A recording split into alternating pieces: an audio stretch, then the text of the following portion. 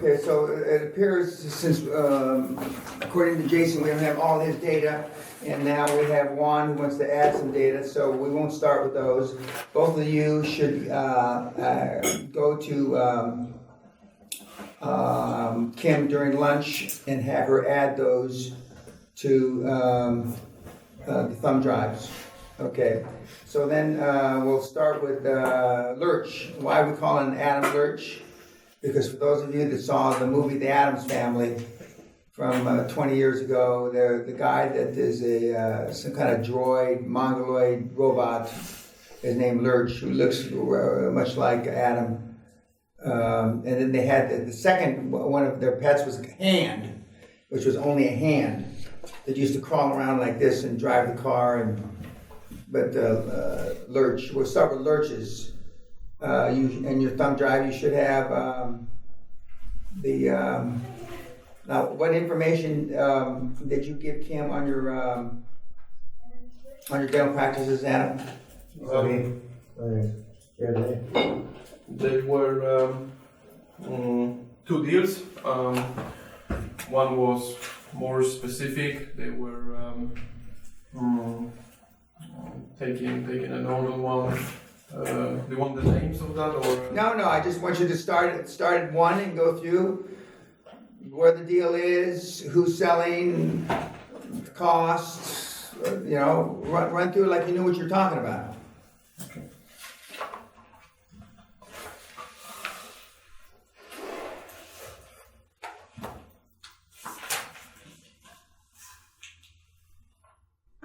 Just open it.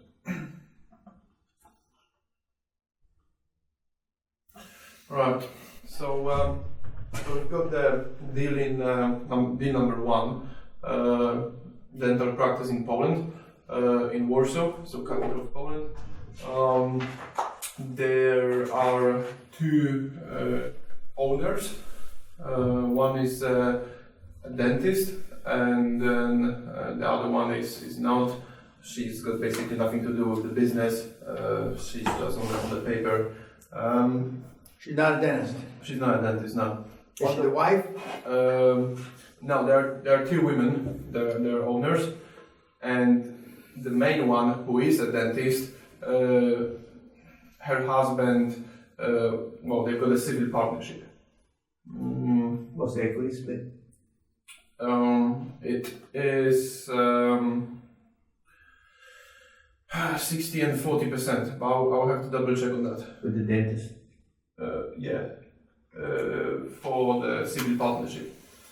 Wait. Is it still a partnership between the husband and wife, or between the two people that own the? Civil partnership between husband and wife. But the husband and wife got nothing to do with the dental practice, other than the wife owns part of the practice, right? The husband got nothing to do with it. Yeah, it's just her. Okay, so how much talking about equity split? How much do the owners of the dentistry practice own?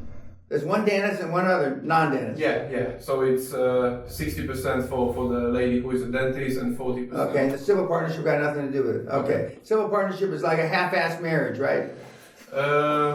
No, they actually married, but I was told by other sheds that it slightly complicates the fact that slightly they use word.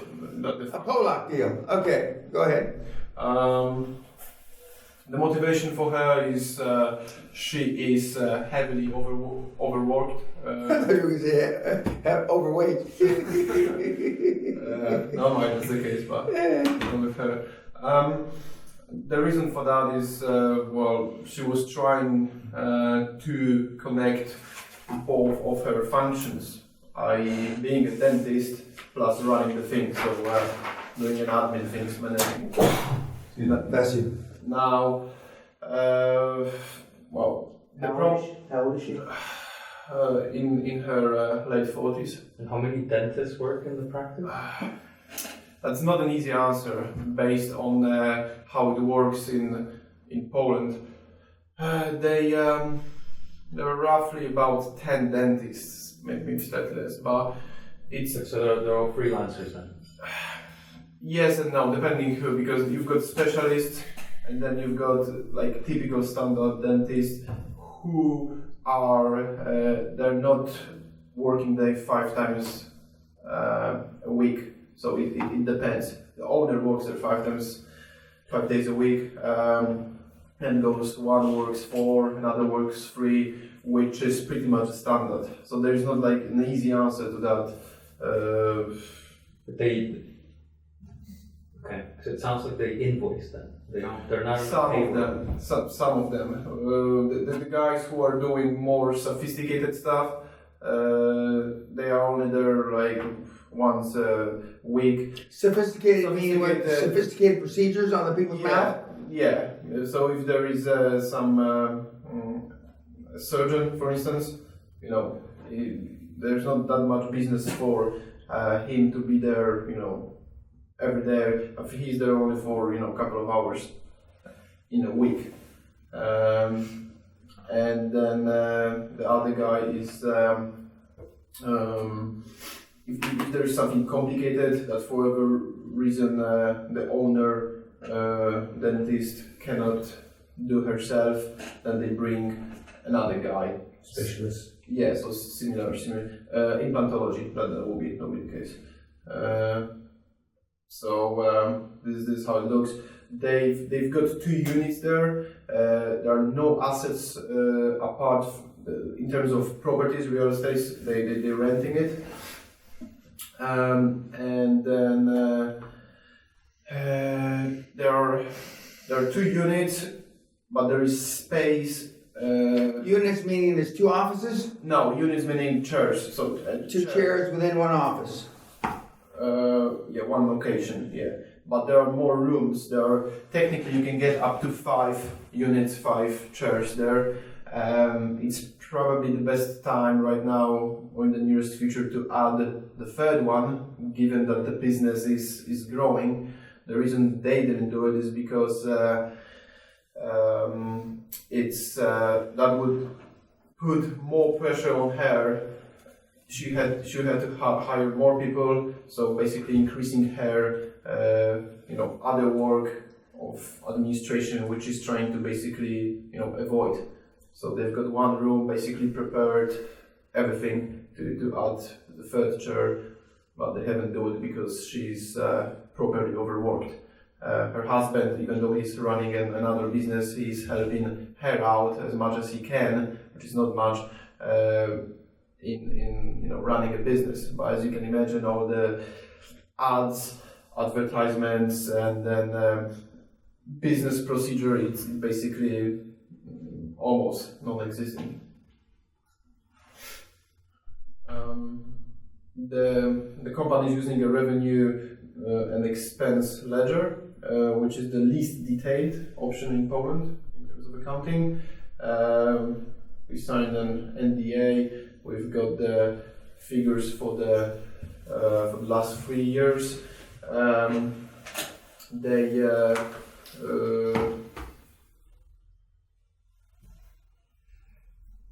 There is no employed manager as such, probably because it's too small, which basically means that she's running the thing, which means that there are plenty of errors, mistakes, etc. Other than that, the practice it's in a very good location. It's 10 minutes driving distance from the heart of Warsaw, entrance from the main street. Interestingly, there are other practices around. There are 3 dental practices on the same street and another 4 in the 1 mile radius. Good connection, etc. From all of these doctors, which one is the one that's where's the revenue coming from these doctors, from the 9 of them? Okay, so the main one would be coming from her, as she's there the most. What percentage? I'll have to look in. Yeah, we can get the percentage. Would she stay? Sorry? Is she planning to leave? She's happy to stay. We didn't say for how long. But you know, if it's even as far as she's concerned, even forever, then she's happy to stay. Then why is she selling? Yeah. Because she's overworked, so she wants to be employed, and then Is that the management responsibility? yeah, well, she said she's pretty open to whether to help with the management, etc. But you know, up to the point, not what she's doing right now, because that drives her crazy pretty much. She's doing both. She's doing both, so that's the point for her motivation. That's why she's motivated. She's you know, working as a dentist, and on the side she has to run the things you know, smoothly, and obviously they've not been run smoothly. She's happy to take a note for 20% delayed payment for 2 years. So first year is 10%, and the next year is another 10%. They didn't want to agree to that in the beginning, but later on they did agree. Is that conditional on cash flow or any revenue targets or anything like that, or is that just you're obliged to pay that regardless? The question was asked, you know, how much. So we said we have in writing that you know, it cannot. Well, we didn't say specifically, like, you know, you have to maintain the cash flow on such and such levels. But we said, you know, it would be pretty reasonable. So that's vague, but you know, we didn't get to the point where we actually put it down. What's the purchase price based on? So the purchase price is it's based on partially EBITDA, and also I mean, there are no assets, but they've done their they estimated how much their tools, machines, everything is worth. But this is biased because this is done by them. And it's the price is 340,000, and 210 out of it would be basically all the assets in the. But this is again biased because it's estimated. What's the revenue? The EBITDA? I'll have to open it quickly, but excluding the taking note, it will be quite high. It will be 7 or 8 times. I have to get back to it. Well, I mean, it sounds like if the valuation is 340 and 210 is for the assets, Yeah, whether they're overvalued or not, that means 130 is for the practice. that's right. Yeah. 130, and if the 130 for the practice is based on 7 times, that means the practice is making 20 grand. No, I was counting the entire 340. Okay. Well, you just so 7 times the 340 is 2 million. Or maybe it was the other way around that you're saying, that it's Well, they value it. I've got 41 as your net income for last year, 41,000. Okay. At 40, okay, it's 40, well, that net income is not EBITDA, but let's just call it EBITDA for now. If 40 is EBITDA and the purchase price is 340, right? Purchase price 340. Yeah. Okay, 40 into 340 is 8, 7.5, right? Yeah. So that's 7.5 times, which is high. Am I missing something here? No. Okay, come on, Einsteins. Okay, so I'm on. Well, and they're only going to willing to take 20% back. So that means you got to come up with 20. Let's see, that's 60. You got to come up with 280-ish, right? The net income for 2016 was 42K. Okay, but that's not EBITDA. That's not an EBITDA number. Yeah. Okay, the cash flow should be higher than that. Okay, but let's just go with the numbers we've got. But I mean, that still means that you got that the purchase price you need the money up front based on the 80% that you just said is roughly 275,000. That's right, yeah. Right? Yeah. Okay. And based on that EBITDA, no bank's going to loan you that money. I don't even have to go for an interview. Did she set the price? Because I want this. The asking price was 340, and we said fine, providing you can delay the payment for. Well, I mean, you should have said like it's subject to due diligence. Because remember, we've never seen. Yeah, we did say that. We said. But 340, well, even 340 is still not fine because you can't finance it. And now add the kicker of what you've been told, what the banks are willing to finance for dental practices. Well, they basically for the small deals they didn't care what's the EBITDA. They didn't care how good is the deal in terms of cash flow. They were only concerned about the collateral and assets. So and it has no assets. Well, it's got 210,000, which means probably it's only got 100,000. Yeah. If they say it's worth 210, it's probably worth 100. So 100,000 is not going to be any collateral on 280 that you need. No. So plus this is the even if we take into consideration the assets, what they've got, like the machines that are worth something, for the bank it's not as good as the property. Sure, never. So they were like, no really. So they wanted other types of collateral. And there isn't any. What, my personal? No, but I mean in the deal. In the deal, no. Okay, so this is, and how long did it take you to figure this out? To figure. I mean, from the time that you called the bitch slut. Okay, that. I mean, when did you figure all this out? That you needed 280. The bank said no. I mean, how much time passed? Just guessing 2-3 months. Okay, that should be an hour max. Not even an hour. Sorry, have a nice time. Last summer, go fuck yourself. Click, next. That's it. And it's not just, I mean, whether it's property, fucking hair salons, fucking radiology, next. And the reason why these other kids get the deals done so quick is that's how they do it.